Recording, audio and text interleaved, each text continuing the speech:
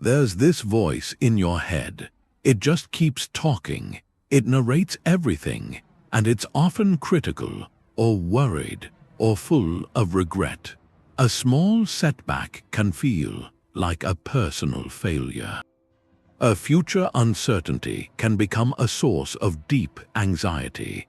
That narrator is the main architect of your own suffering. But what if you could learn to silence it? There's an ancient philosophy, Stoicism. It offers a surprisingly practical set of tools to do that. It starts with a simple, radical shift in perspective. The Roman Emperor Marcus Aurelius captured it. He wrote that our life is what our thoughts make it. So the power over your peace of mind, it doesn't lie in changing every event. It lies in mastering your judgments about them. By the end of this, you'll have specific practices to quiet that inner critic, to reclaim your mental peace. We'll uncover how to separate yourself from your automatic thoughts and why the things you fear often hold the key to your resilience. So, what's one situation where your own inner narration is causing you the most tension right now? The first thing you have to understand is that the narrator isn't you. That's the whole foundation of Stoicism. It's not just a nice thought, it's a complete change in how you see yourself. Epictetus made this distinction. He said, we are not our thoughts, we're not our feelings. We're not that running commentary, we are the awareness behind it. He called that our ruling faculty, our ability to decide what we accept. That internal voice is like a radio that never turns off. It plays the news, it plays a drama, it plays criticism, and you've confused that broadcast with your own voice. But you are not the radio. You are the person in the room with the radio. You can listen closely, you can change the station, or you can let it become background noise you don't engage with. Epictetus said it clearly. People are disturbed not by events, but by their opinions about them. The event itself is neutral. The pain comes entirely from the narrator's story, the meaning it assigns, what it says the event means about you, or your value, or what's going to happen.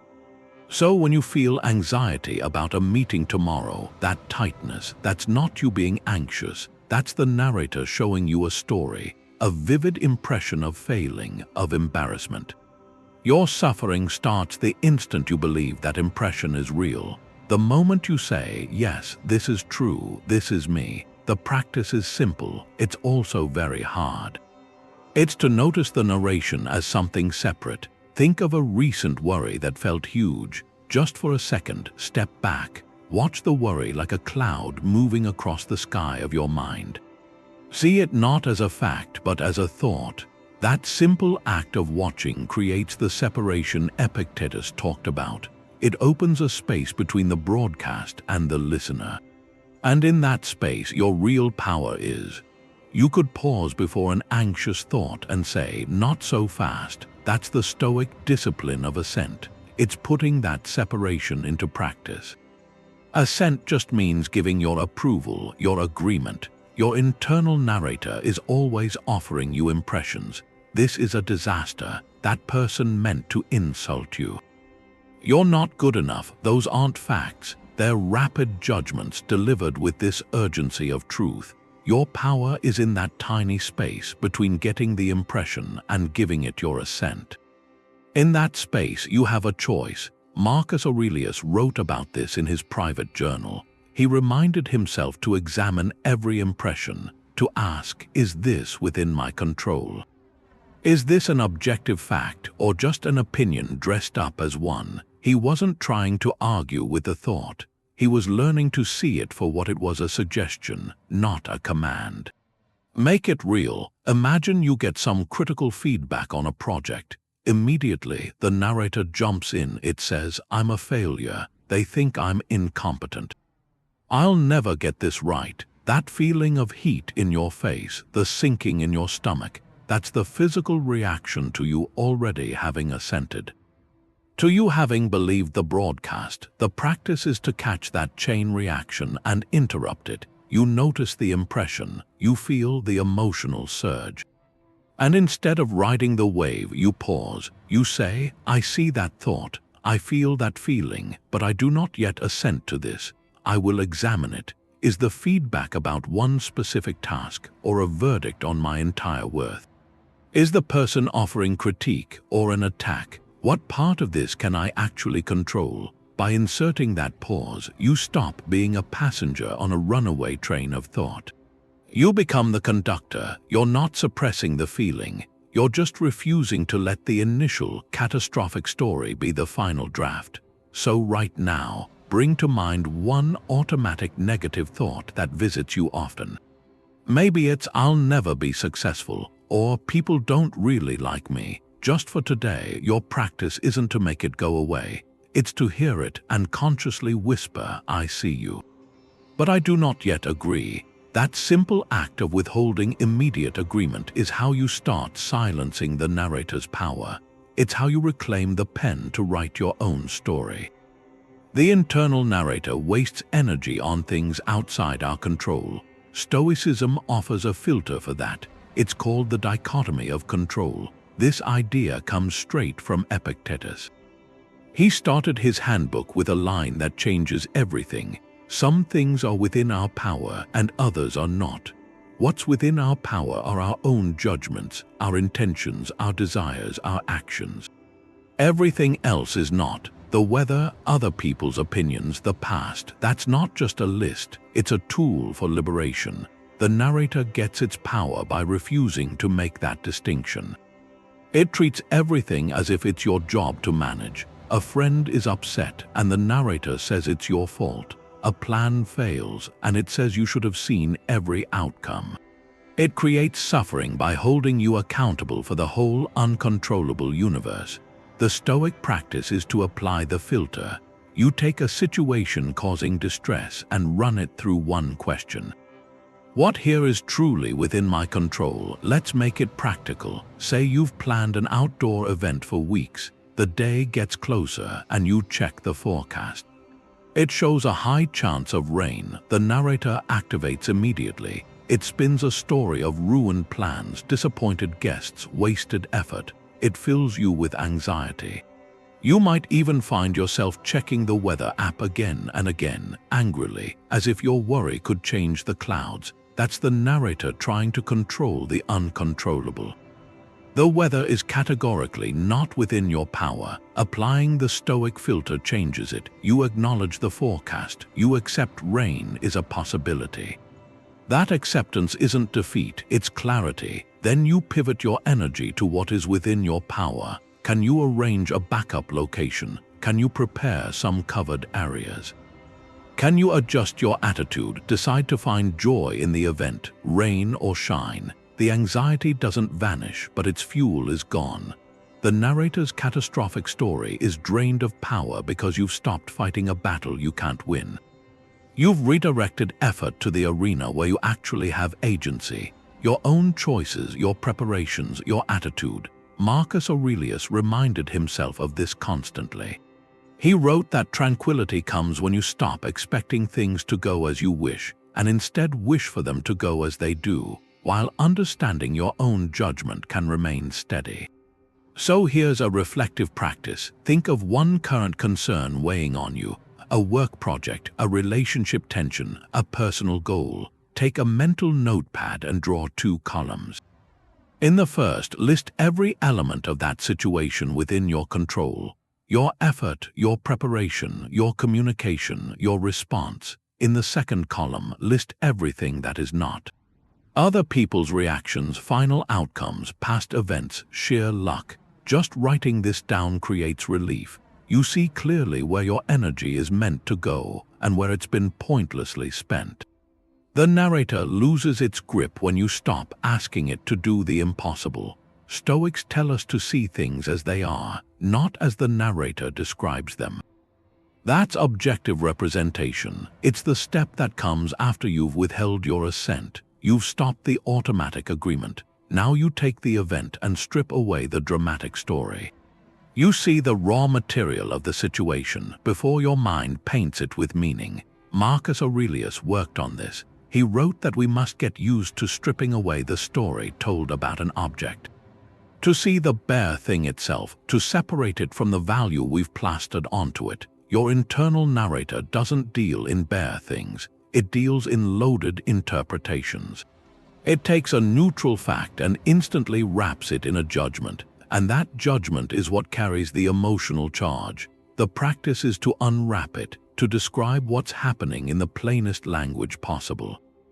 Like a scientist taking notes, not a critic writing a review, there's an example. You're stuck in traffic, you're late for an appointment. The narrator's version is immediate. This is a nightmare, this is ruining my whole day. They'll think I'm irresponsible, every second is agony. You can feel the tension that story creates. Your shoulders tighten, your grip on the wheel hardens. Now apply objective representation. Strip away the drama, describe only the observable facts. Cars are moving slowly on the road ahead. My vehicle is stationary. The clock reads a specific time, that's it. Those statements carry no inherent emotional weight.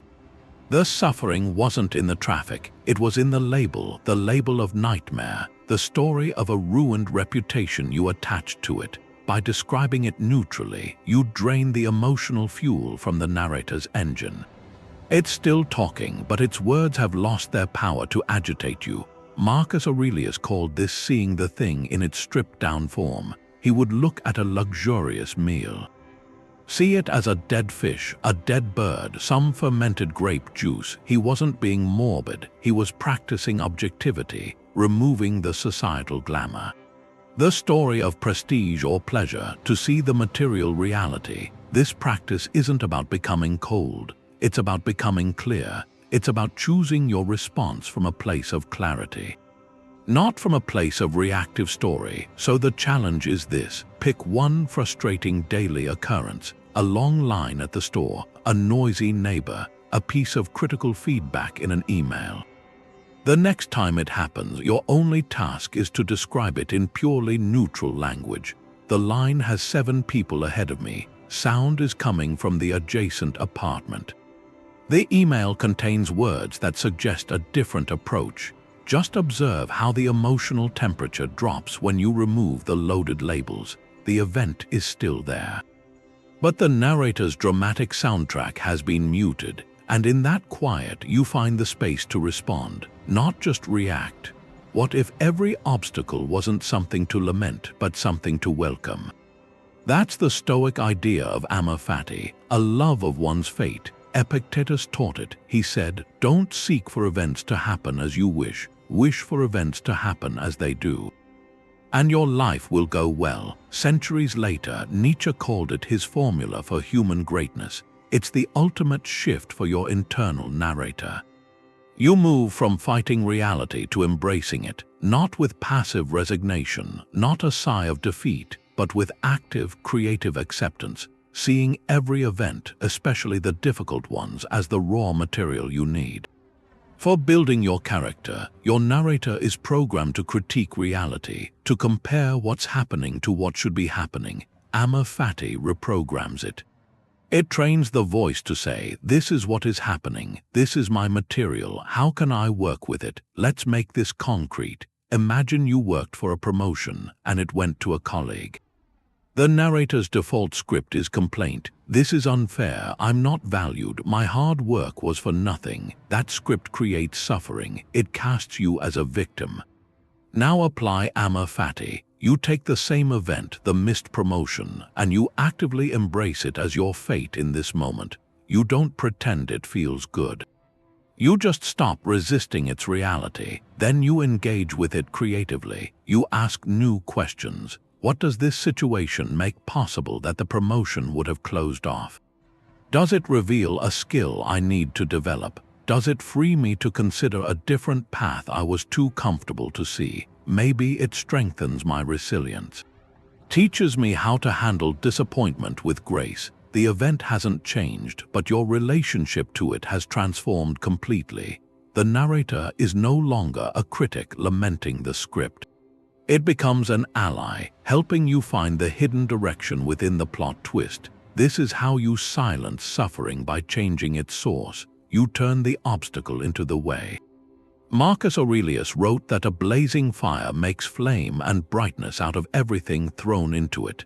Amor Fati is the decision to be that fire, to use every single experience, especially the unwanted ones, as fuel for your own light. So here's a practice. Think of a past disappointment that still carries a sting, a relationship that ended, a goal you didn't reach, a costly mistake. Instead of replaying the narrator's old story of loss, ask one new question. How did this event, however painfully, ultimately serve my growth? What strength did it force me to find? What clarity did it bring? What better path did it inadvertently reveal? You're not erasing the past, you're reclaiming its meaning. You're teaching your narrator a new language. A language of integration, not complaint. And when that voice learns to speak it, your entire experience of life begins to change. The Stoics had this idea for dealing with anxiety about the future. They said you should think about what could go wrong, which sounds backwards. If you're trying to quiet an anxious mind, why give it more to worry about? But this old practice, Premeditatio Malorum, it's not about feeding worry. It's like a vaccination for the mind, a rational rehearsal. Your internal voice, it thrives on surprise. An unexpected problem comes up and it turns into a catastrophe because it was caught off guard. It had no plan. So this practice is about calmly removing that surprise ahead of time. You visualize challenges not to scare yourself, but to prepare. You rehearse your own composure. Seneca used to do this. He'd set aside time to think about possible losses. Not to dwell in fear, but to get acquainted with them. He said we suffer more in imagination than in reality. By facing these things in your mind first, you prove you can handle them. You drain the future event of its emotional shock. So how it works, say you have a big presentation. The voice is already there. What if you forget your words? What if the tech fails? What if you get a question you can't answer? That creates a low hum of anxiety for days. Instead of pushing those thoughts away, you engage with them. But calmly, you sit for a few minutes, you close your eyes, you imagine the scenario, you picture the projector not working, and you see yourself pausing, taking a breath. Saying calmly looks like a technical hiccup. While that's fixed, let me summarize the key points from memory. You imagine a tough question, you see yourself nodding. Saying, that's an excellent point I haven't fully considered. Let me think about that and follow up. You're not visualizing failure, you're visualizing your resilient response. You're writing the script for the narrator ahead of time, and then if the projector actually fails, your mind doesn't panic, it remembers the rehearsal. It says, oh, this is that thing we prepared for, and your pre-written script is right there. The event loses its power to create a new, panicked story. Because you've already been there, you mapped a path through, so pick one thing coming up that's causing some low anxiety, a difficult talk, a travel day, a social thing. Give yourself 2 minutes. In that time, calmly imagine one manageable version of a worst-case scenario, not a catastrophe, but a realistic hiccup. Then picture yourself navigating it with patience. Feel the composure in that version. This doesn't attract bad luck. It builds an inner fortress. It teaches your narrator a new, steady tone for talking about difficulties. And it turns future uncertainty from a source of fear into a field for practiced resilience. The narrator lives in yesterday and tomorrow. Your power is only in now. That voice in your head, it's a time traveler. It's almost never here. It's replaying an awkward conversation from last week, or it's rehearsing a difficult one that might happen next month. It lingers in a past you can't change. It speculates about a future you can't guarantee. And in doing that, it abandons the only place where you can actually do anything. The present moment. Marcus Aurelius wrote about this. He said, remember, it's not the future or the past that weighs on you. It's always the present. He said to concentrate every minute like a Roman on doing what's in front of you. Do it with precise and genuine seriousness. That's Stoic mindfulness. It's not about emptying your mind. It's about filling it completely with the reality of now. Because now is the only domain where your actions have any effect. Your regret about the past, that's just a story the narrator tells in the present. Your anxiety about the future, that's just a story it tells in the present. The suffering is always happening right here, in this moment, through the act of telling those stories. So the practice is to return the narrator's attention to its only true home. You anchor it in the present. You do this by giving it a simple, immediate task. Focus on what is real, right in front of you through your senses. This is where you reclaim your power. You take it back from the phantom realms of time. A powerful way to practice this is to use a routine activity as an anchor. Something you do every day without thinking, like washing your hands. The next time you feel the narrator beginning to spiral into worry or regret, go to the sink. Turn on the water, and instead of letting your mind race away, command all your attention to the sensory details of that action. Feel the temperature of the water on your skin. Notice the texture of the soap between your fingers. See the bubbles form and catch the light. Hear the sound of the water running. This isn't a distraction. It's a radical homecoming. You are pulling your awareness out of the abstract story and planting it firmly in the physical reality of the present. For those 30 seconds, the narrator has no choice but to report on what is actually happening. It stops telling stories about loss or fear. It starts describing sensation, and in that space, your mind finds a brief, profound peace. The past is gone.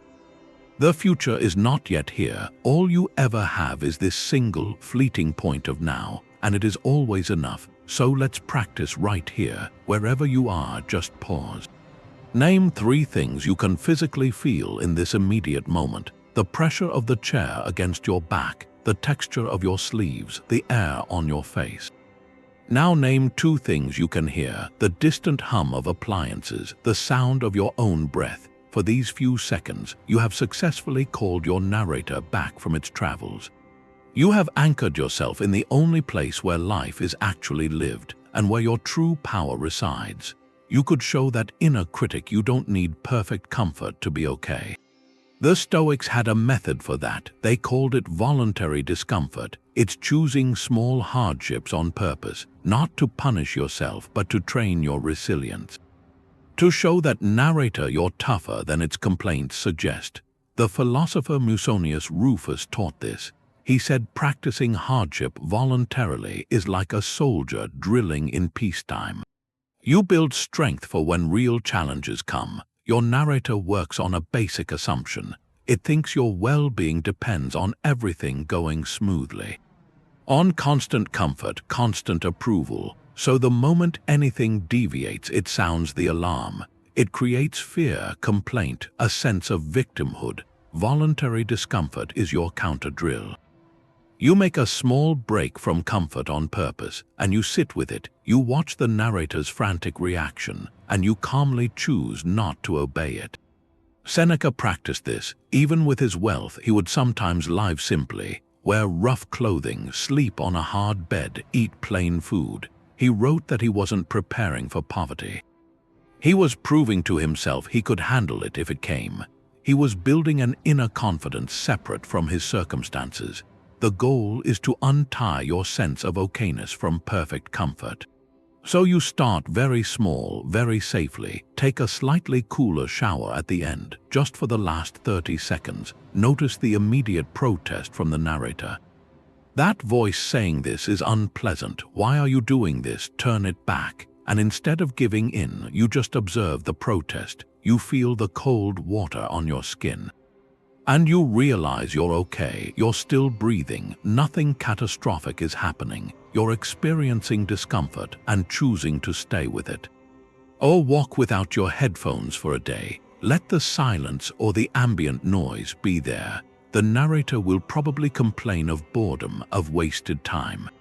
Watch that story and keep walking. Skip a meal intentionally, not for dieting, but as an exercise of will. Feel the hunger pangs and notice how the narrator might spin them into a drama. See the thought and let it pass. Fast from social media for 24 hours.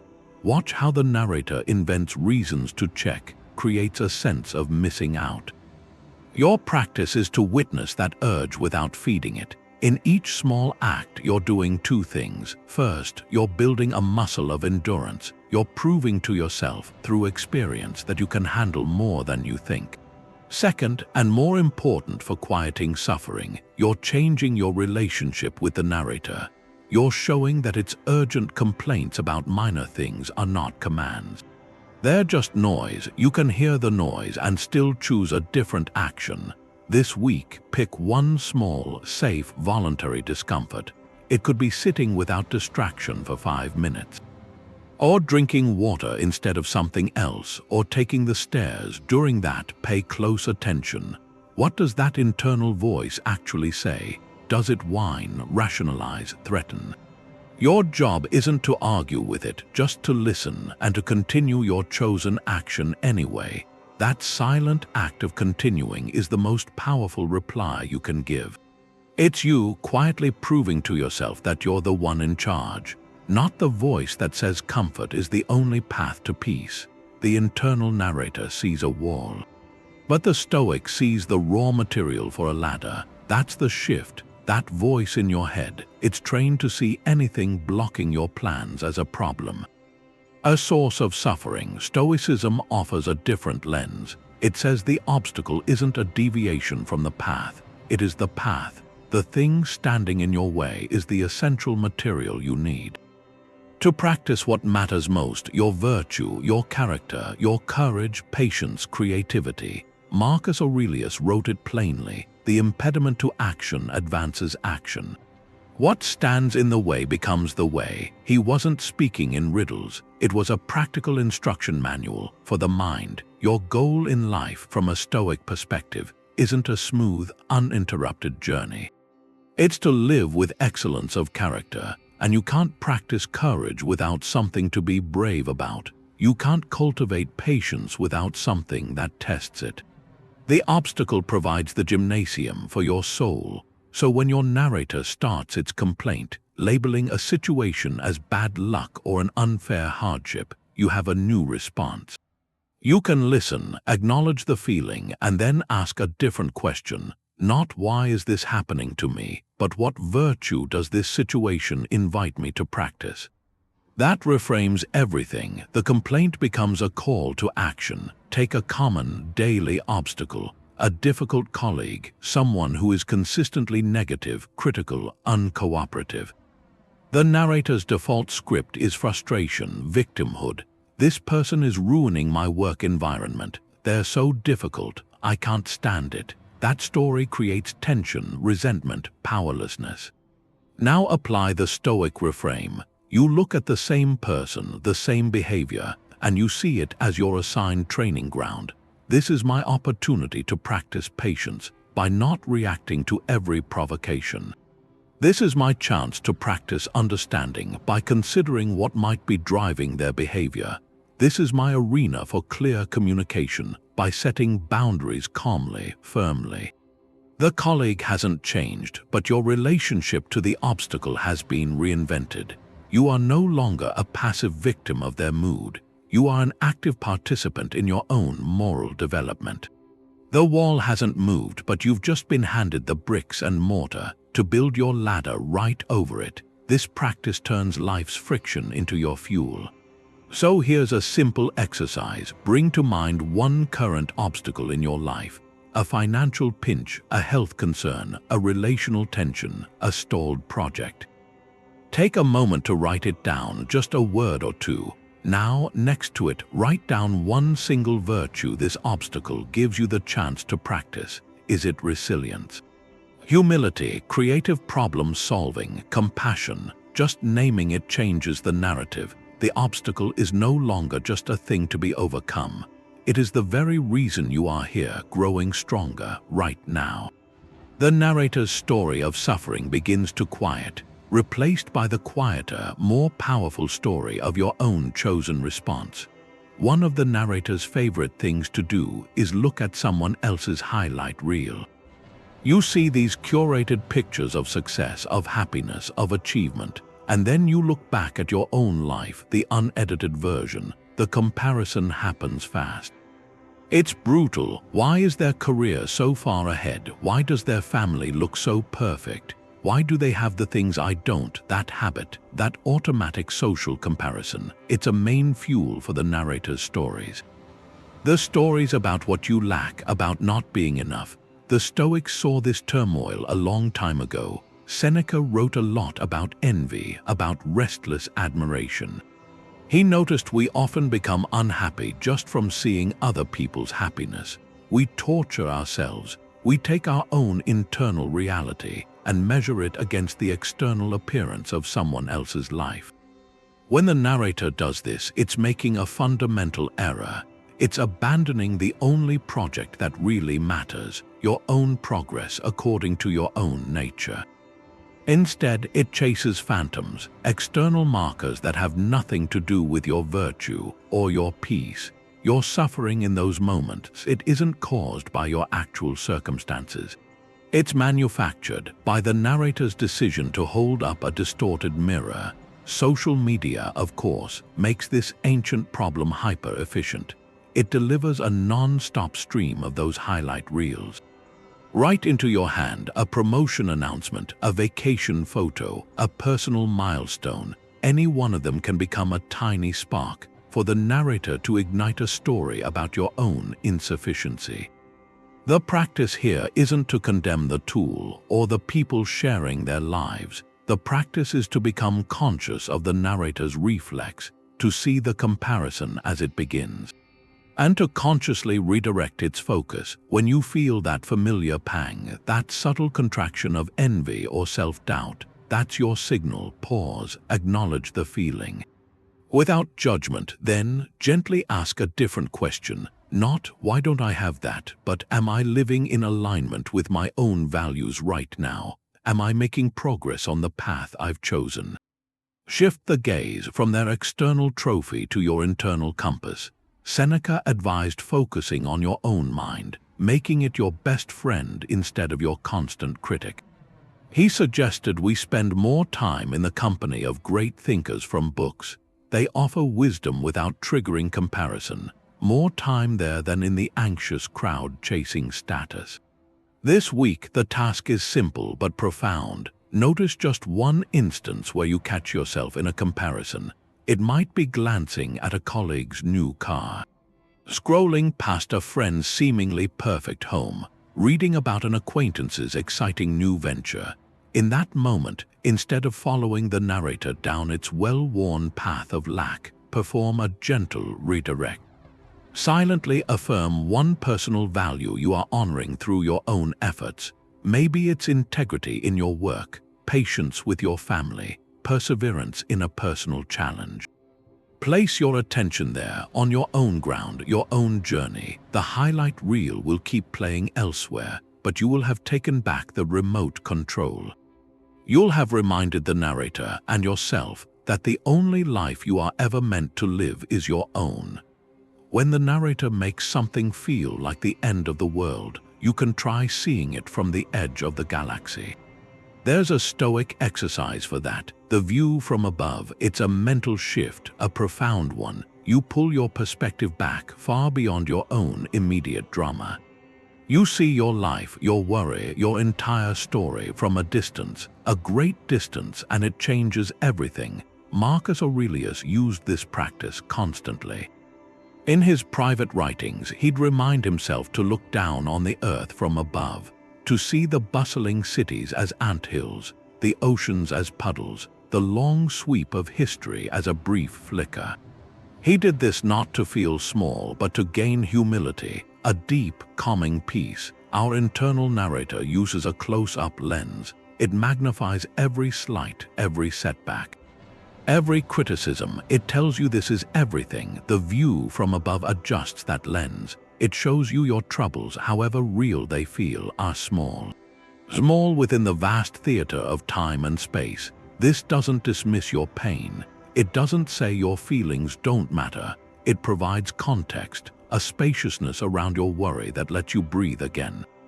Marcus wrote passages to guide this. He visualized the earth as a point in the void. He considered all the strife and ambition of his era, the wars and politics, and saw it as the brief squabbling of tiny creatures. He asked himself how quickly it's all forgotten, how the most celebrated hero and the most reviled villain both turn to dust, covered by the same earth. This perspective wasn't morbid for him, it was liberating. It drained the petty dramas of their self-importance, and it returned his focus to what was truly within his control. His own character, his own actions, in this fleeting moment he was given. You can practice this right now. Think of a current concern that feels heavy. A conflict at work, a financial pressure, a personal regret. Now begin to zoom out mentally. First, see yourself in the room, then the building, then your neighborhood from above like a map. Pull back further, see your entire city as a grid of lights. See your country as a shape on a globe. See the planet itself, a blue marble hanging in the black silence of space. From there, see the sun, a star among hundreds of billions in our galaxy, and that galaxy itself just one among countless others. In that vast, silent scale, locate your single worry. See it for what it is, a tiny event in a tiny life on a tiny world, but also see your life for what it is, one precious, conscious thread in an unimaginably vast and ancient tapestry. This exercise does two things. It shrinks the problem's perceived size, it robs the narrator of its catastrophic tone, and it expands your sense of belonging to something magnificent, quieting the voice of isolated self-pity. For the next 2 minutes, take that worry. Don't try to solve it. Just hold it in your mind and imagine yourself 100 years in the future. Look back at this moment from that distant point. How much will this single concern truly matter then? What will have endured? Likely not the problem itself, but perhaps the strength you found in facing it, or the kindness you chose despite it. That shift in perspective is a gift you can give yourself anytime. When the narrator's drama feels too loud, too urgent, too all-consuming, remember you have the power to rise above it, to see the whole stage, not just your single line in the play. And from that quiet height, you can choose your next move with a little more grace and a little less fear. There's this idea called Memento Mori, remembering you will die. And it might be the thing that quiets down that voice in your head, the one that's always saying you don't have enough. That narrator inside you, it works with this assumption of endless time. It puts off gratitude. It tells you there will always be a later to appreciate what you have, later to fix a relationship, later to start something. It creates this low-grade dissatisfaction with the present, because it assumes there's an infinite supply of moments just like this one. Memento Mori dissolves that. It's not about fear, it's not morbid, it's a tool for awakening attention and love right now. Seneca wrote about it. He said, "Let's prepare our minds as if we've reached the very end. Let's postpone nothing." He wasn't talking about living in anxiety. He meant living with the clarity that comes from knowing your time is finite and precious. When you really take that in, that this coffee with a friend, this walk, this quiet evening isn't guaranteed to ever happen again, something shifts. The narrator's complaints about what's missing get quiet, and a deep appreciation for what is here gets loud. You know that feeling of almost losing something, a close call, a health scare, a moment where someone you love was in danger. Right after, the world looks different, colors are brighter, hugs are tighter, petty things just vanish. The narrator goes silent because it's been shocked into seeing the raw value of what you almost lost. Memento Mori is the conscious, gentle cultivation of that perspective, but without the trauma. You don't wait for life to scare you into appreciation.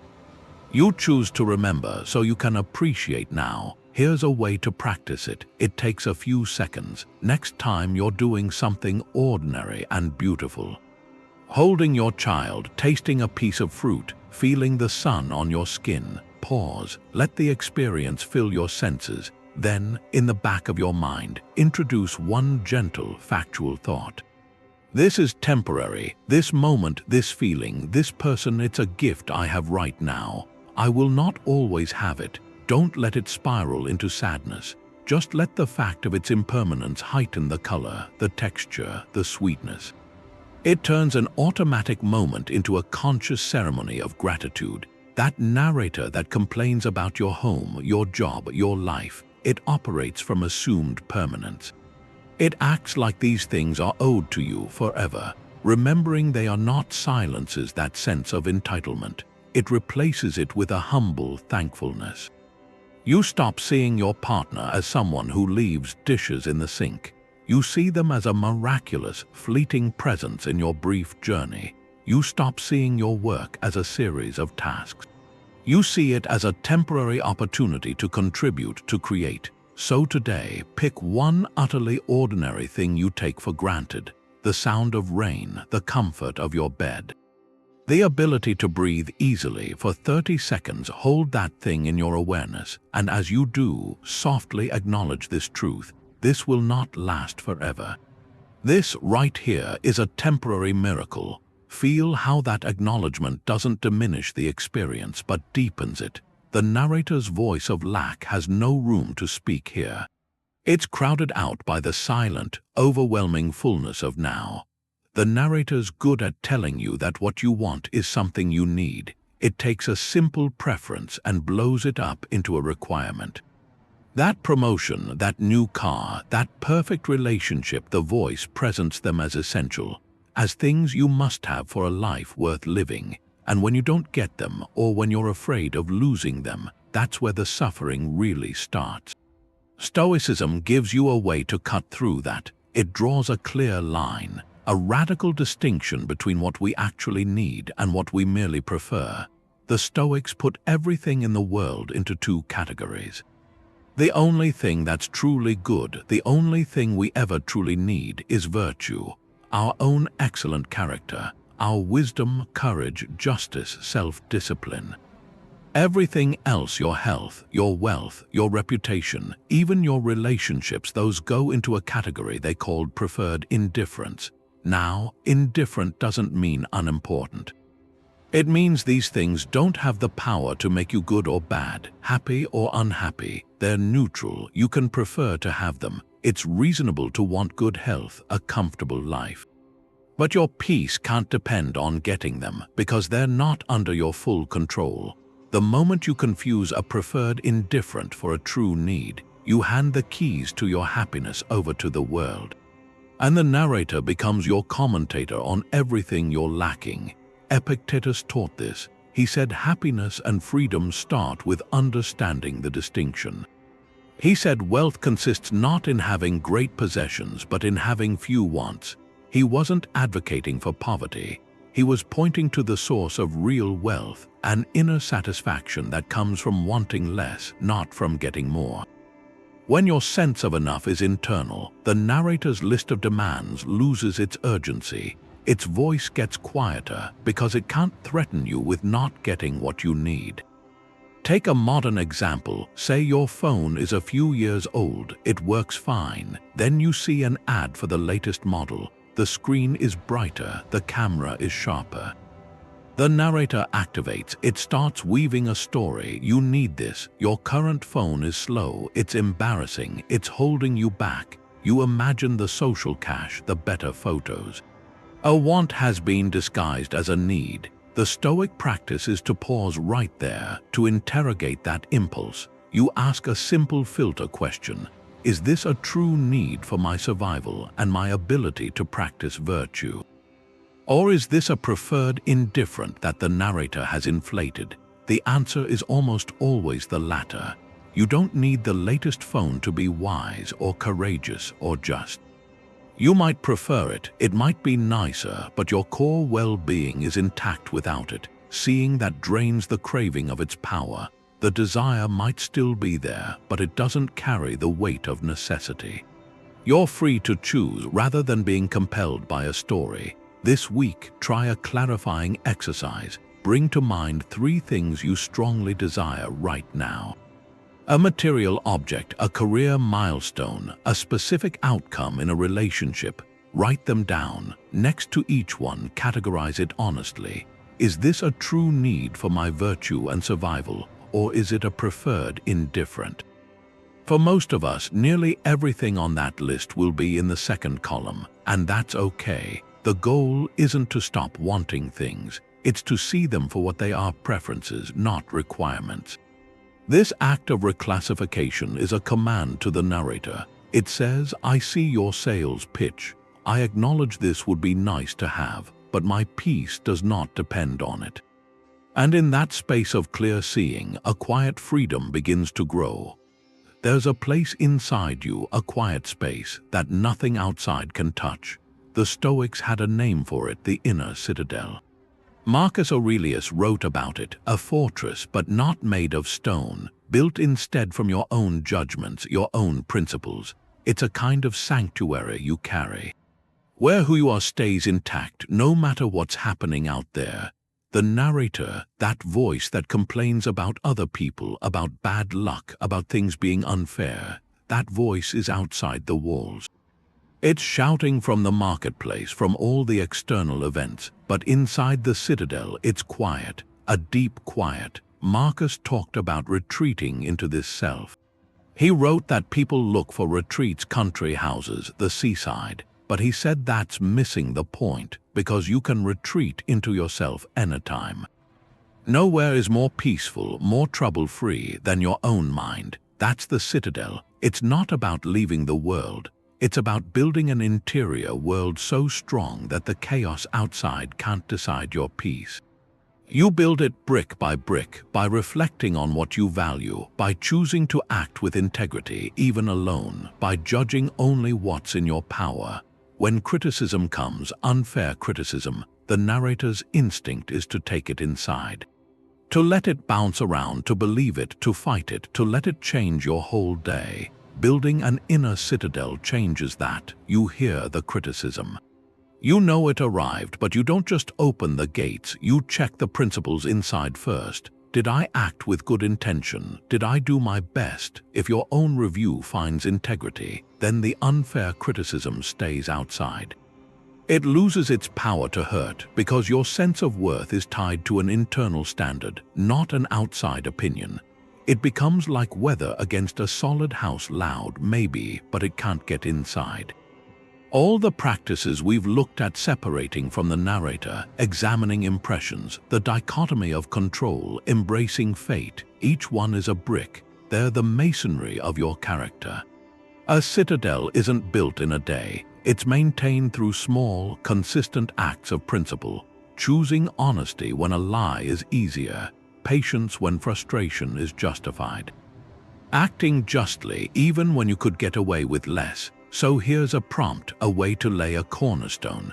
What's one core principle you want to fortify in your own inner citadel? Courage, compassion, honesty, name one, just one. For the next week, let that principle be the guard at your gate.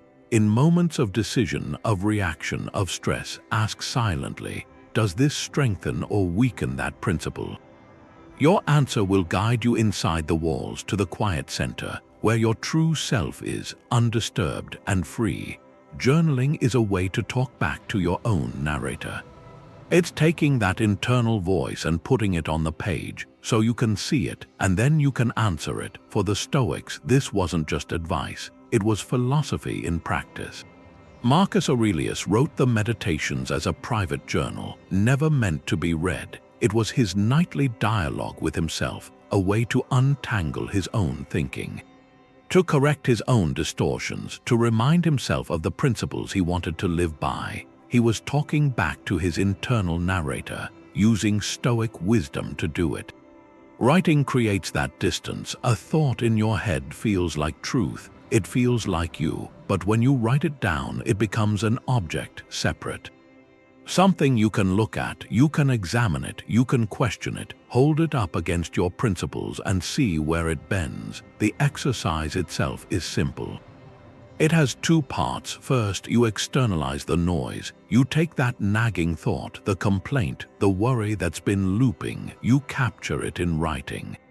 Be honest, don't judge it, just record it. My colleague dismissed my idea and it made me feel incompetent. I'm worried I won't have enough money next year. I keep replaying that awkward thing I said. That's step one. You've given the narrator a microphone. You've transcribed the broadcast. Step two is where the shift happens. You pick up the pen again, but this time you speak from your wiser self. You respond to that recorded thought with a Stoic perspective. You don't argue angrily. You correct gently, firmly, with principle. Look at the thought you wrote.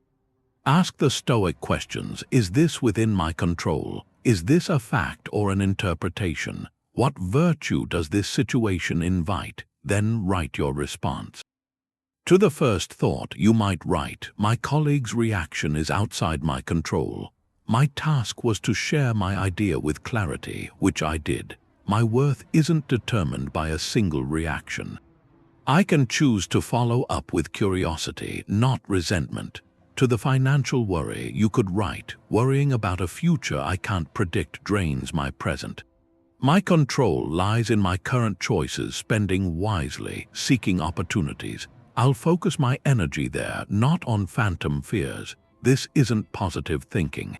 It's principled thinking. You're not denying the feeling, you're placing it within a larger framework, a truer one. You're retraining your mind's habitual pathways. Every time you do this, you weaken the automatic authority of the narrator's first draft, and you strengthen the voice of your own reasoned choice. So tonight, try it. Just once before you sleep, take a notebook or a note on your phone. Write down one single thought that bothered you today, the sticky one. Then, right beneath it, write one short Stoic response. A sentence of clarity, a sentence of principle, a sentence that reclaims your inner citadel. That act of writing the response is you, quietly building the fortress. Word by word, that voice in your head, it tells a story, me against the world. Stoicism offers a different story, a more peaceful one, me as part of the world. That's the idea of Sympatheia, the Stoic understanding of interconnectedness, a rational order where everything is woven together. Your internal narrator, it thrives on isolation. It paints you as the sole victim, a universe that's out to get you personally. Sympatheia dissolves that. It shows you your struggles, your joys, your existence, their threads. In a vast shared tapestry, you are not a lonely island shouting at the sea. You are the sea, experiencing itself as a wave. Marcus Aurelius reflected on this. He wrote that all things are intertwined. The bond is sacred. Nothing is truly alien to us because all things are cooperative parts of one whole. He saw the universe as a single living being. One substance, one soul. When you begin to see through that lens, the narrator's tale starts to lose its grip. That frustration in traffic, it's not a personal curse. It's a shared human experience, a ripple in a system, affecting millions of others at the same moment. That feeling of being overlooked at work, it's not a targeted indictment of your worth. It's part of a complex dance, human egos, insecurities, organizational flows, something every person in every era has navigated. This perspective isn't about dismissing your pain. It's about contextualizing it, placing it within a grand, shared story, the story of what it means to be human. When you do that, something shifts. The sharp, personal sting of an insult can soften. You might see the person who delivered it not as a monster, but as a fellow human being, acting from their own pain, their own limited perspective, their own place in the web. This is the birthplace of Stoic compassion, not a sentimental feeling, but a rational recognition, a recognition of shared fate. We are all here doing our best with the understanding we have. Caught in the same currents, cause and effect. So how do you practice this? In a moment where you feel personally wronged, you pause the narrator's script of grievance. Take a mental step back, zoom out, See the situation not as a drama starring you as the victim, but as a single scene in an endless, interconnected play. Ask yourself what might have led this person to act this way. What pressures, what fears, what stories are running in their own mind. See their action not as a bullet aimed at your heart, but as a leaf falling from a tree in a forest. The result of a million prior causes of wind and weather and time. This doesn't excuse harmful behavior. It simply removes the poison of taking it purely personally. It allows you to respond from a place of clarity, not just raw reaction. Here's a quiet prompt. Bring to mind one current personal frustration, a conflict, a disappointment, a sense of injustice. Now gently widen the frame. How is this experience a reflection of a universal human challenge? In what ways are millions of other people, right now, facing a similar tension in their own stories? How does seeing your struggle as part of a shared human condition, rather than a solitary burden, change the weight of it? That simple act of reframing is an act of connection. It quiets the lonely, frightened voice, the voice of the isolated self, and it whispers back with an older, wiser voice, the voice of the whole. We make plans. We expect them to work. The Stoics add a phrase to stay flexible. It's called the reserve clause. You state your intention, your goal, and then you add the words, fate permitting. Or if nothing prevents, it's not a lack of confidence, it's the opposite. It's intellectual honesty. It's preparing your mind for reality, which is always more complex than your plan. The narrator builds stories on rigid expectations. I will get that promotion. The trip will go exactly as scheduled. My friend will react how I want. When the world deviates, the narrator feels betrayed. It launches into outrage, into frustration, into a story of unfairness. The reserve clause disarms that reaction before it begins. By adding those two words, you acknowledge from the start that you are not the sole author of this story. You are a co-author, working with the unpredictable material of life itself. This idea comes from the Stoics. Cleans, an early leader of the school, wrote a line, "Lead me, O Zeus, and thou, O Destiny, to wherever you have assigned me. I will follow without hesitation, but if I become bad and am unwilling, I will follow nonetheless." He wasn't advocating passivity. He was expressing a willing alignment with the flow of events. The reserve clause is the practical application of that prayer. You state your intention to act with excellence, and you simultaneously release your grip on the exact outcome. Here's how it works in daily life. Instead of declaring, "I will get the job," you frame it as, "I will prepare thoroughly and give my best in the interview, fate permitting." You feel the difference. In the first, all your worth is pinned on one specific result. In the second, your goal is your effort, your character, your preparation. The outcome is partly dependent on factors you can't control. The other candidates, the hiring manager's mood, pure chance. If you don't get the offer, the narrator's script isn't one of catastrophic personal failure. It's closer to, "I did my part with integrity. The rest was not up to me." Apply it to smaller things. You plan to go for a run after work. The narrator's version is a firm command. The reserve clause version is, "I intend to go for a run after work if nothing prevents." Then, if a last-minute urgent task comes up or you feel unwell, there's no internal battle. No story about being lazy or things always going wrong. You simply note that something prevented it. You adjust, you reschedule. Your peace isn't shattered because your plan was never an absolute decree to the universe. It was an intention held lightly. This practice builds a resilient mind. It trains you to invest your energy in your actions, which you control, and to hold the results which you don't with open hands.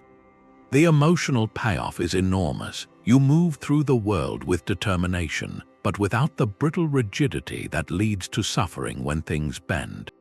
So take one current goal you have, something you want. In your mind, rephrase it. Start with, "I intend to," and end with, "a fate permitting." feel how that frame shifts your relationship to the desire. It places you in the driver's seat of your effort, while acknowledging you don't control the road conditions. And in that acknowledgement, you find a quiet freedom from the narrator's inevitable disappointment. The narrator wants to win the race, the Stoic just wants to run well. That's the shift. You stop centering on what happens to you, and you center on what you do.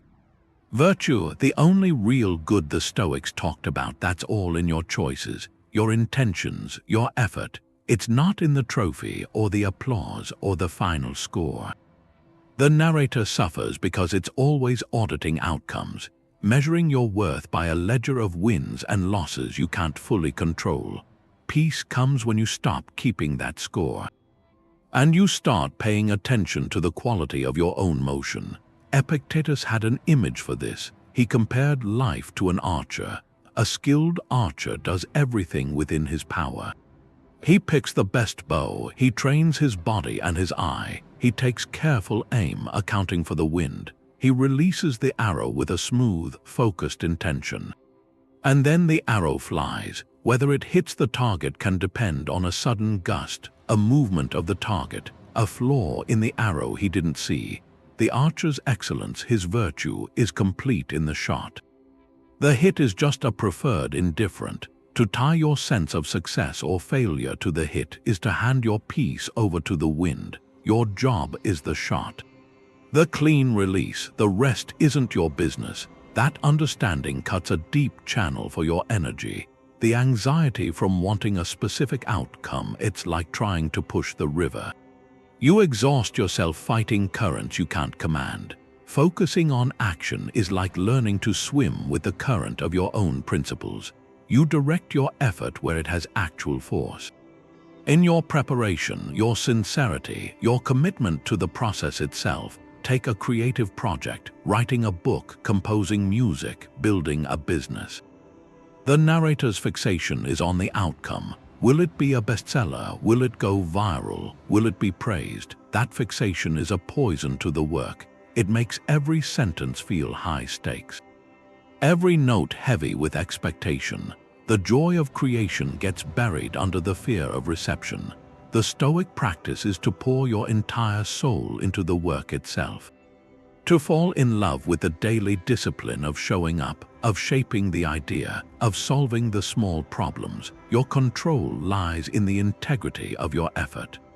The honesty of your expression, the care in your craft, the market's response, the critic's opinion, the algorithms of popularity, those belong to the wind. You can't control them, but you can control showing up tomorrow and doing the work again with full attention. So this week, identify one area where you feel overly attached to a specific outcome. Is it a fitness goal measured only by a number on a scale? A conversation where you're attached to getting a particular agreement? A project where you've equated success with external validation? Then make one conscious shift. Redirect your mental focus entirely to the quality of your very next action. Not the 10-pound loss, but the decision to take a nourishing walk today. Not the guaranteed yes, but the intention to listen deeply and speak honestly. Not the standing ovation, but the next 30 minutes of focused, wholehearted work. Your peace is waiting for you there in that next right action where the wind can't reach it. The problem isn't the rain on the picnic, it's your judgment about the rain. That's the Stoic idea of freedom. You have this internal narrator. It's always labeling things. It takes the raw event water falling from the sky and it slaps a sticker on it. Bad, catastrophic, ruined, and that label, that story, is where all the suffering comes from. The Stoics said nothing outside our own character, our virtue, is good or bad by itself.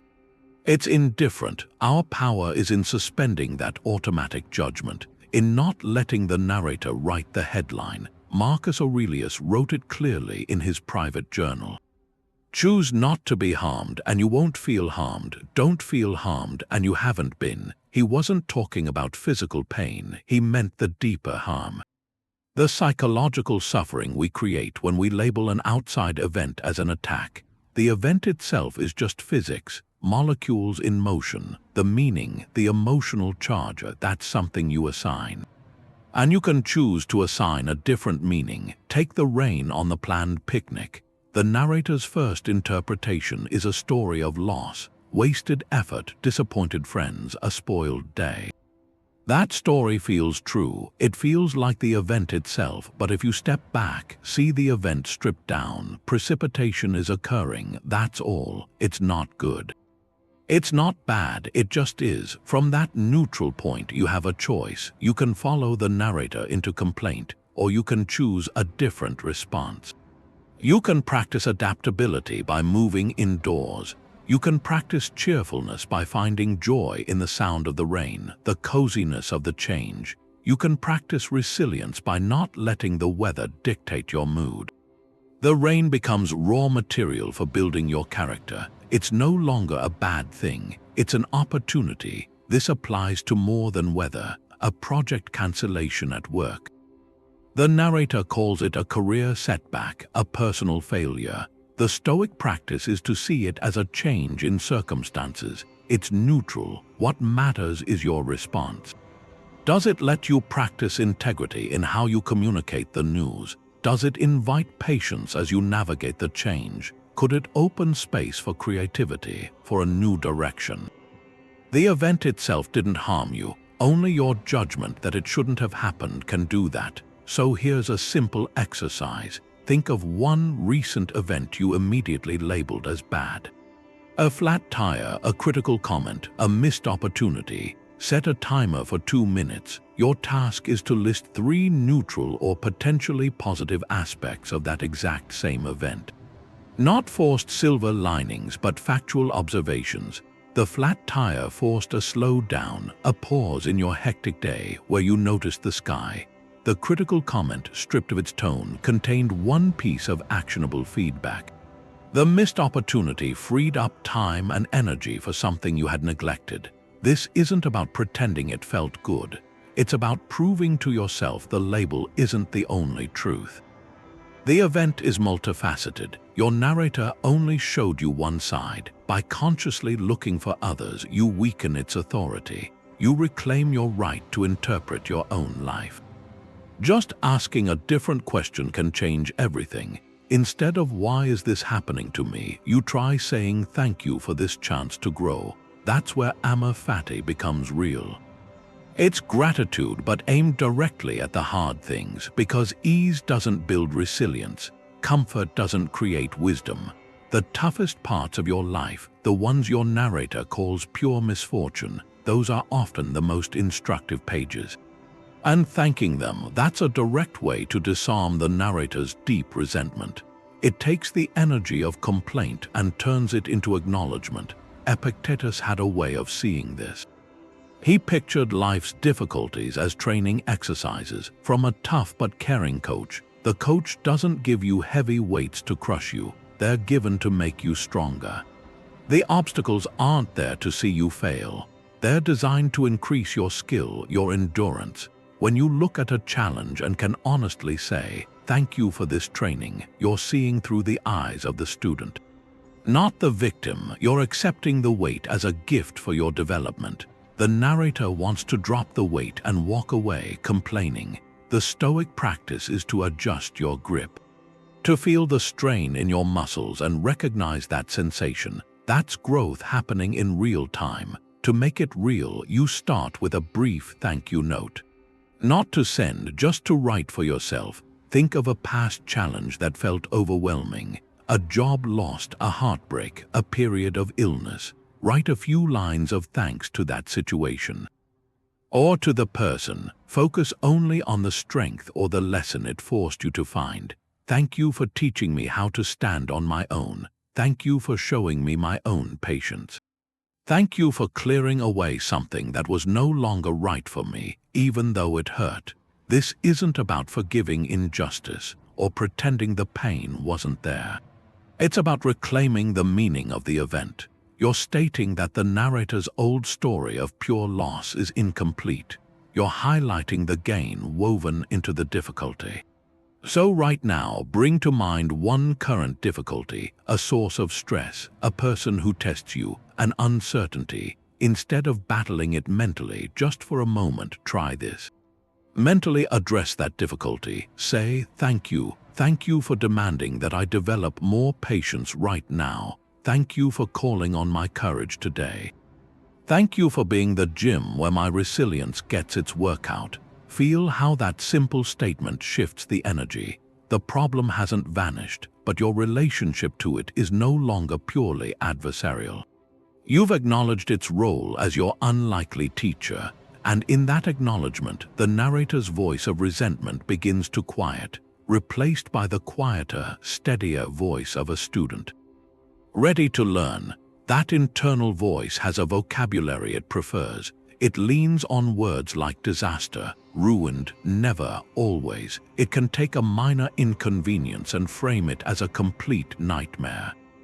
A single rejection becomes proof you'll always be alone, and that language isn't just describing things, it's inflammatory. It pours gasoline on a small spark. Calls it an inferno. The Stoics saw this link between language and suffering. They valued clear reasoning, and passionate, distorted judgments were the enemy of that clarity. Those judgments were often fueled by extreme language. Your peace of mind depends on seeing things as they are, not as the narrator's dramatic headlines say they are. So the practice is linguistic hygiene, consciously choosing words that are precise, measured, calm. When you describe a situation with neutral accuracy, you drain it. You drain it of its exaggerated charge. You see the actual size of the problem, not the bloated version the narrator presented. Take a common example. You make a mistake in a presentation. The narrator's immediate headline is, "I completely ruined it. I'm a disaster. They'll never take me seriously again." Feel the weight of those words, ruined, disaster, never. They create a reality of total, irreversible failure. Now apply the Stoic rewrite. You use a smaller, more accurate font. You say, "I made an error during the presentation. It was a setback in that moment. I can clarify the point later."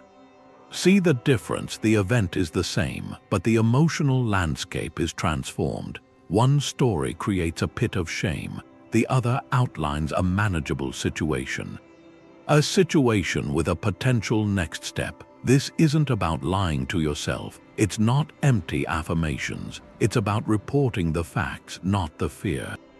Marcus Aurelius practiced this in his journal. He would correct his own thinking, steering it away from florid complaint towards simple observation. He sought to see the thing itself.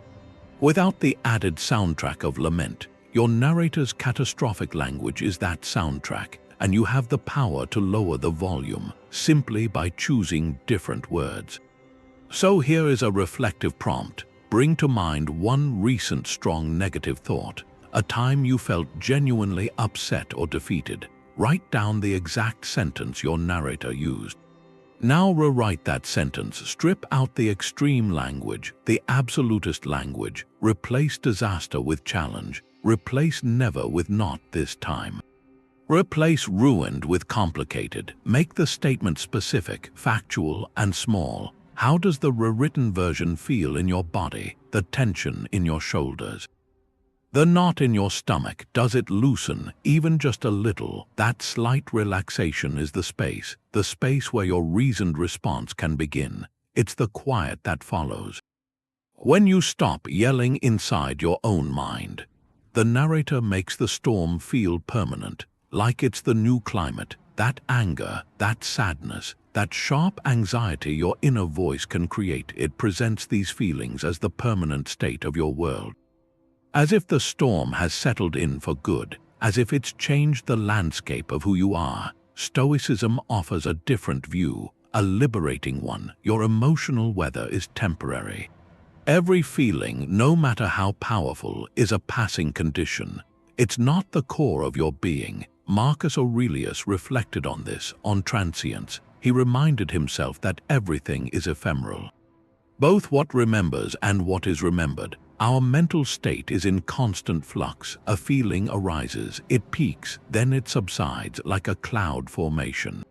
The suffering gets worse when we mistake the passing storm for the sky itself, when we believe the narrator's urgent declaration that this feeling is now the truth of our life. Your practice is to become the calm observer of the weather, not the person drowning in the rain. When a surge of emotion hits, a wave of frustration in traffic, a pang of jealousy online, a grip of fear about tomorrow, you pause. You create a tiny space of awareness. In that space, you label what's happening with gentle neutrality. You say, this is a feeling of anger. It is here now. It will pass, or this is a sensation of anxiety. I feel it in my chest. It is rising, and it will also fall. You don't argue with the feeling. You don't try to push it away. That only gives it more energy, like struggling in quicksand. You simply acknowledge its presence. You watch it with detached curiosity. Notice where you feel it in your body. Notice the thoughts that come with it, and as you watch, you begin to see its impermanent nature. The anger that felt all-consuming 5 minutes ago starts to lose its edge. The anxiety that tightened your breath begins to loosen its grip. By observing it, you stop being fused with it. You see it as a temporary visitor in the house of your mind. Not as the owner. Think back to a strong emotion you felt just last week, a moment of real irritation with a family member, or a spike of worry over a work deadline. Recall how vivid it felt, how immediate, how it colored your entire reality in that moment. Now, from the distance of just a few days, notice how its power has faded. The emotional charge has diminished. The story that felt so urgent now seems more manageable, maybe even trivial. That's the proof. The storm always passes. Your task is to remember this while you're still in the rain, to watch the drops hit the window, knowing the sun is still behind the clouds, waiting for its turn. Who gets to write your life script? Is it that voice from outside, listing all the things you should be doing? Or is it your own quiet sense of what matters? That's really where suffering quiets down, because so much of that inner noise comes from using a scorecard you never chose. A scorecard for wealth, for status, for likes, for things you own. It calls a day good or bad based on stuff you can't control. Stoicism offers something else. It says you can define your own good. You can write your script based on an internal measure. The measure of your character, wisdom, courage, justice, self-discipline, that's your true north, not the world's changing opinion. Epictetus put it as the final protection. He said no one can harm you unless you give them that power. No one can harm you if you don't see external things as harms. If your idea of a good life is rooted in your own integrity, in your effort, in your choices, then outside events can't devastate you. A financial loss becomes a challenge for your wisdom. Criticism becomes a chance to be just with yourself. A setback is a gym for your courage. Your good isn't a fragile thing the world can break. It's a quality of action you carry inside. Take the idea of a good day. The common definition is all external. A good day is praise at work, buying something new, getting validation, plans working out.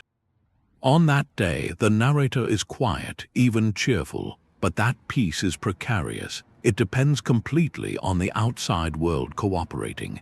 The moment praise turns to critique or plans fail, the narrator says the day is ruined. Your emotions are held hostage. Now the Stoic definition. A good day has nothing to do with what you get or how others react. A good day is when you acted with integrity, even when it was hard. When you met frustration with patience, when you chose courage over comfort in some small way, when you treated others fairly and yourself with compassion. When you focused effort on what you could control and let go of the rest. On a day like that, it doesn't matter if it rained on the picnic or the project was cancelled. Your peace is intact because your measure was your own character, and that's something no outside event can take. So here's a way to start writing your own script. Take a moment, ask what's my personal, virtue-based definition of a successful day. Not some grand lifetime achievement, but the daily measure. Write it down. It might be, a successful day is when I listen more than I speak, when I finish one important task with full attention, when I respond to irritation with a breath, not a reaction, and when I end the day knowing my actions matched my values. That becomes your internal compass. When the narrator starts its old commentary, comparing you or lamenting what you lack, you can return to this simple, personal definition. You can ask, did I live by my own script today? And in that question, you take back the authorship of your life. Epictetus laid out 3 fields of training. 3 specific areas, each one works on a different part of that inner narrator. He called them the topoi, the disciplines. They're not just ideas, they're a map. A toolkit you can use for anything. They're like 3 filters. You can pass any thought through them, any decision, to see it clearly, to respond from a place of choice, not just reflex. The first field is desire. It's about what you want, what you try to avoid. That narrator is always generating wants for a certain outcome, for comfort, for approval. And it generates aversions to pain, to criticism, to things not going a certain way. This discipline trains you to align your wants with what's natural. To want only what's up to you and to let go of the rest. Epictetus said our suffering comes from wanting what we can't control. So the practice is, when a strong desire comes up, you pause. You ask, is this within my power? If it's not, you relax your grip on it. You turn your attention toward what you can control, your effort, your attitude. Your own conduct, that quiets the narrator's voice of craving, that sense of lack. The second field is action. This is about how you move through the world with other people. The narrator often pushes for what's easiest, for what serves just you right now. This discipline trains you to act from justice, from fairness, for the common good. Before you act, you consider your role as a parent, a co-worker, a citizen. You ask, what does this role require? What action serves the whole, not just my isolated self? This quiets the narrator's selfish chatter, its impulsiveness. It replaces that with a sense of duty. Your actions become contributions then, not just transactions. The third field is assent. This is about how you judge the impressions that come into your mind. We touched on this before with holding agreement. It's the core practice of looking at that first, automatic story the narrator tells. Is this impression true? Is it complete? Or is it a distortion? This is where you apply the pause. You create that space between what happens and how you react. You test the thought against reality. This discipline targets the narrator's authority directly. It turns you from someone who just consumes thoughts into an active critic. A gatekeeper. These 3 fields work together. They form a complete system. In his teachings, Epictetus presented this as the entire curriculum for a good life. Desire deals with your inner world of wanting. Action deals with your outer world of doing. And assent is the guardian at the gate between them, making sure only clear, examined judgments get through to motivate what you do. So how do you use this in a real moment? Say you're about to have a hard conversation. A teammate missed a deadline. The narrator is already going. It wants a specific outcome for them to admit they were wrong.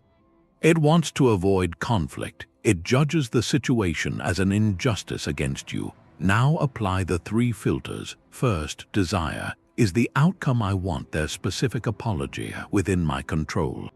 No, their reaction isn't, so I relax that desire. What is within my control? My intention to communicate clearly, to look for a solution. I desire that instead.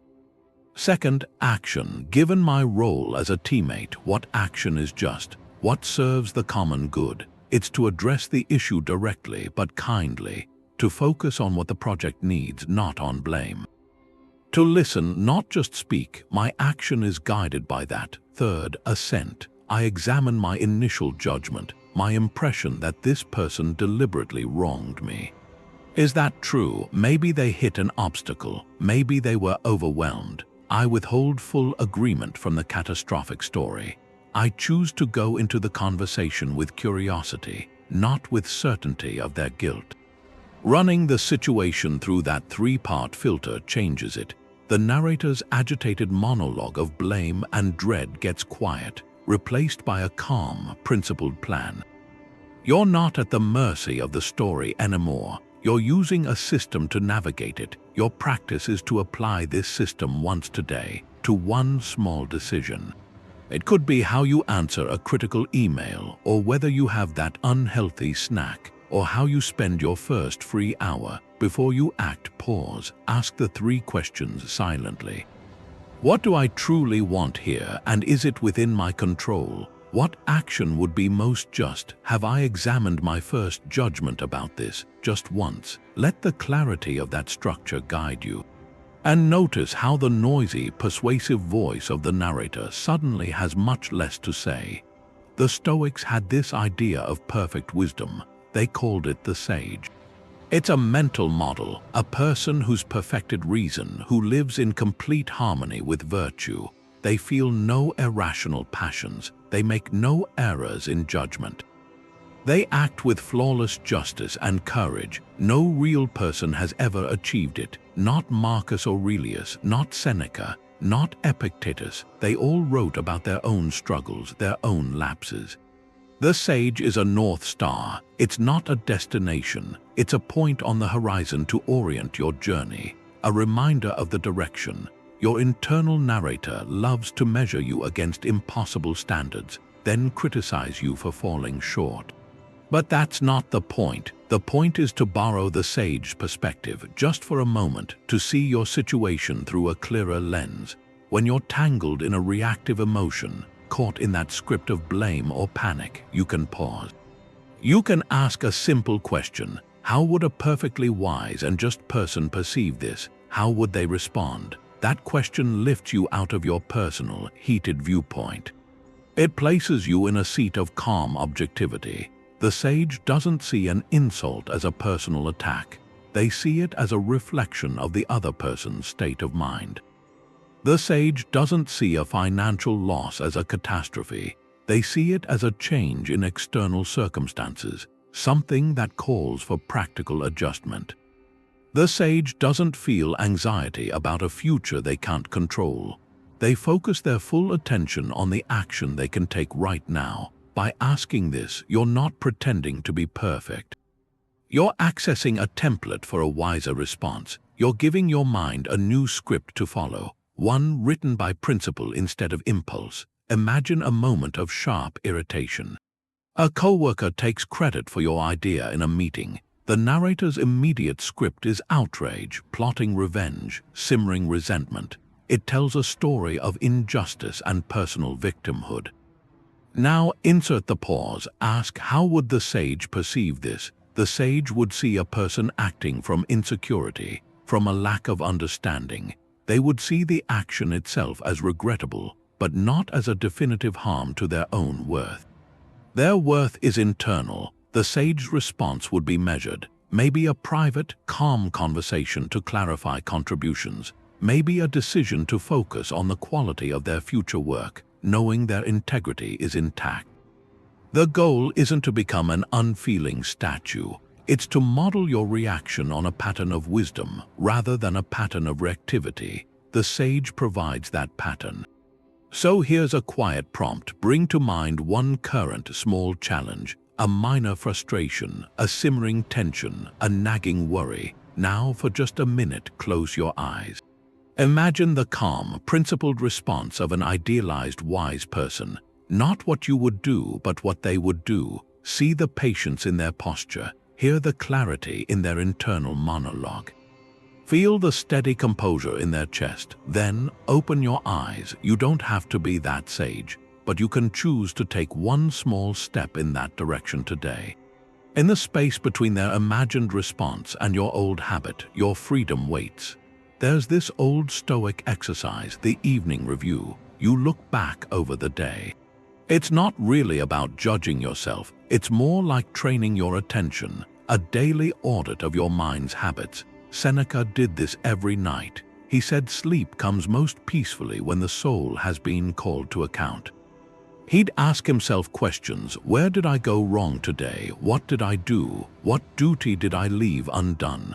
But his friend Sextius had a gentler version. He'd ask, what bad habit have you cured today?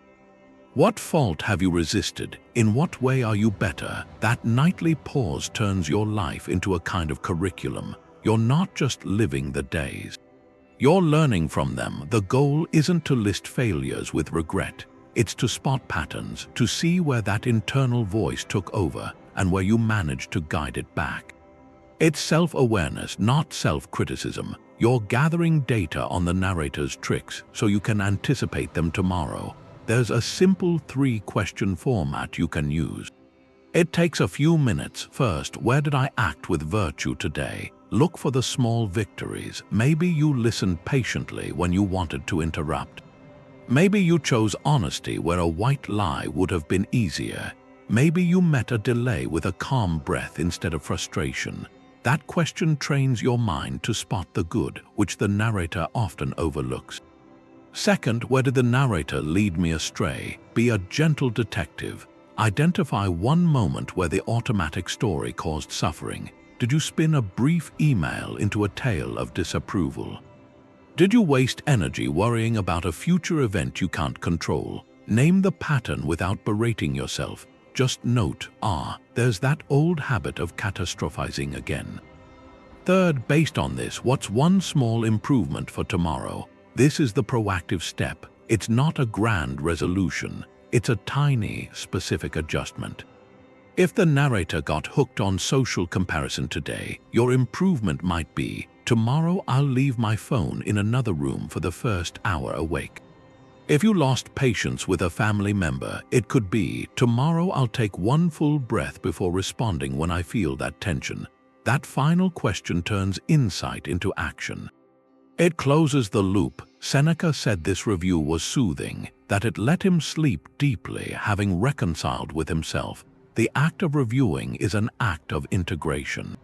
You're no longer just swept along by the day's currents. You're pausing at the dock, looking at the map, noting where the current was strong, and plotting a slightly better course for the next leg. So tonight, before you sleep, try it. Find a quiet moment. Ask those 3 questions. Where did I act with virtue today? Where did the narrator lead me astray? And what's one small improvement for tomorrow? Write a sentence or just hold the answers in your mind. This small ritual does something. It hands the pen back to you. It says the story of your day, and your growth is yours to write. From your deathbed, will you care about this thing your narrator is shouting about right now? It's a version of remembering you'll die, but it's not just the fact of an ending. It's the specific view looking back. Picture yourself at the end of a long life. Looking back across the decades, some moments will shimmer from that distance, and others will fade to nothing. That future perspective edits the stories you tell now. It cuts through the ego, it cuts through the temporary things that feel so urgent, and it shows you what lasts. Relationships last, acts of kindness. The quiet integrity of your character, moments of real peace, those are the things that survive the journey. The petty grievance, the social slight, the work frustration that feels like a crisis now. From that final bed, they'll seem like dust. Marcus Aurelius kept coming back to this, to life's brevity. He told himself to live each day as if it were his last. But also as part of a whole, he wrote that you could leave life right now, and that should shape what you do, what you say and think. That urgency isn't for panic. It's for clarity. It pushes the question of meaning to the front, and it silences the trivial commentary. So apply it. Take a current stress. Maybe someone made a dismissive comment about you at a party. Your narrator is spinning a story about humiliation, about social standing, replaying the scene with sharper comebacks. It feels heavy. It feels real.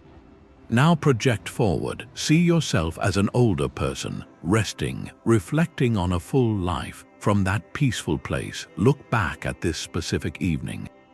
This specific comment, does it even register? Does it hold any weight against a lifetime of love and loss, of effort and joy? Almost certainly it vanishes. Its power was an illusion, created by the narrator's myopic lens in the present moment. This shows you something. Most of what we suffer over isn't worthy of the energy we give it. It's not worthy of our limited attention. The view from the deathbed makes it clear. Your true legacy isn't built from winning arguments or avoiding every slight. It's built from the love you gave, the challenges you faced with grace, the inner peace you cultivated despite the noise. So here's a prompt. Pick one current anxiety. One thing your narrator is fixated on, a work deadline, a perceived rejection, a financial worry. Close your eyes for a moment, breathe. Now imagine your 90-year-old self. Wise, calm, having seen it all. From that place of hard-won peace, look back at this worry. What does that older, wiser you whisper about its true importance? That whisper is the sound of the narrator being silenced, replaced by the quiet voice of your deepest self. The narrator is always fighting what has to happen. Stoicism finds a kind of liberty in saying yes to necessity. It's a quiet freedom, a profound one. It's not about getting everything you want. It's freedom from the exhausting war with what is. Your internal voice spends its energy on resistance, arguing with the unchangeable facts, your age, your past, certain limitations, what other people do. That argument becomes a prison because you're using your will to fight a battle it can never win. Real freedom comes when you stop fighting the river. When you learn to steer your boat within its currents. The Stoics called this living in accordance with nature, with the rational, interconnected order of things. Marcus Aurelius thought about this constantly. He wrote that a thing's nature is shown in what it does. Fire rises, stones fall, a vine bears grapes. And human nature is to act with reason, to cooperate, to accept the larger web of cause and effect we're part of. To resist, that is to be at odds with reality itself, which just creates perpetual frustration. The early Stoic cleans saw this surrender not as defeat, but as harmony. In his hymn to Zeus, he wrote, "Lead me, O Zeus and destiny, to where you've assigned me. I will follow without hesitation, but if I become bad and am unwilling, I will follow nonetheless." He's saying, I align my will with the greater flow. I choose to go willingly because even if I kick and scream, I'll still be carried along. The only difference is my peace. Take an unavoidable change. Aging, your body will change, your energy will shift. The narrator's default is to lament this, to fight it with resentment, with frantic attempts to turn back the clock. It creates a story of loss, of decline. The Stoic practice is to accept the fact of aging itself as a natural law. Not to like every part of it, but to stop arguing with its reality. Then you focus your will where it has power, on adapting to each new stage, on cultivating the wisdom that only comes with time, on finding different, deeper kinds of strength. The change itself is the river, your judgment about it is your boat. You can exhaust yourself trying to paddle upstream against the current of time, or you can accept the current and use your energy to navigate its waters. Another example, a large-scale company restructuring. It's announced jobs will change, roles will be eliminated. The narrator erupts in fear, in anger. In stories of betrayal, it wants to fight the entire corporate decision, but that decision, once made, is a fact, a new current in the river. Resisting the fact is like shaking your fist at the rain. It changes nothing but your own state of mind. The freedom lies in accepting the restructuring as the new reality. Then, with a clear mind, you ask the only productive questions. What is within my control now? Can I adapt my skills? Can I network? Can I approach this with courage and practicality? Your energy moves from futile complaint to empowered adaptation. This is finding freedom in necessity. Your will is no longer wasted on the impossible task of changing the past. It's freed up for the creative task of responding well. So a practice for today: identify one single, unavoidable aspect of your life, a chronic health condition, a family responsibility, a long commute, a fixed financial obligation. For just one day, your task is not to change it, but to practice fully accepting its reality. Each time the narrator begins its complaint, its wish that things were different, gently interrupt. Say to yourself, "This is the river. My task is not to stop the water, but to steer my boat well within it." Then direct your attention to one small, virtuous action you can take within that reality. The acceptance isn't passivity, it's the precise starting point for all meaningful action. The real work happens when you stub your toe, not at a yearly retreat. That's where philosophy becomes a way of life. It's not an intellectual exercise you save for quiet time. It's a set of tools you carry with you into the grocery line, the traffic jam, the moment you open a difficult email. Silencing that internal narrator isn't a grand achievement. It's the quiet effect of 1,000 tiny choices. Each time you apply a Stoic principle in a small moment, you weaken the narrator's control. You rewire a pathway. You prove to yourself in a concrete way that you are not the voice. You are the one who chooses how to listen. The ancient Stoics were clear on this. The true test of philosophy is in everyday conduct. Epictetus said it plainly: you don't become a Stoic by reading books about courage. You become one by acting with courage when you're afraid. By practicing justice when you're tempted to be unfair. The philosophy is lived in the doing, in the micro decisions that make up a day, so the practice is to become a detective of your own triggers. To spot those moments where the narrator is most likely to take over: the long wait at the doctor's office, the rude comment from a stranger, the sinking feeling when you see a mistake you made, the ping of a notification that pulls you into comparison. These are your training grounds, and in that instant you have a micro-choice. You can follow the narrator down its path of complaint. Or you can deploy one of the tools. You can insert the pause, withhold your immediate assent from the catastrophic story. You can apply the reserve clause.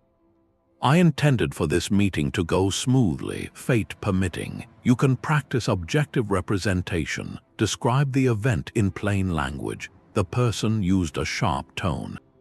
My spreadsheet has an error in cell B7. You can ask the view from above. How will this feel 1 year from now? Each micro application is a victory.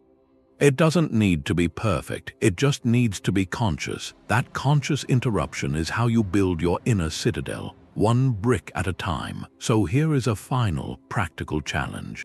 Look ahead to tomorrow. Choose just one micro-moment practice to implement. Maybe it's the pause before reacting to criticism. Maybe it's applying the dichotomy of control to one specific worry. Maybe it's finding one opportunity for voluntary discomfort, like taking the stairs. Carry that single intention with you, and when that micro-moment arrives, however ordinary it seems, remember. This is where the battle is fought. This is where the narrator's power is dismantled. Not in a dramatic climax, but in the quiet space between stimulus and your response. In that space, your freedom is waiting. This isn't about stopping the voice. It's about changing how you relate to it. You're not silencing a part of yourself. You're mastering your own perception, learning to see the broadcast as just a broadcast, and then choosing, moment by moment, which channel to listen to. The goal was never to suppress thought. It's to find peace inside the noise, and that peace is built. It's constructed through daily, deliberate practice. Through the small exercises that train your mind's eye to see differently, we've walked through the core tools, the fundamental shift of the dichotomy of control, investing your energy only where it has power.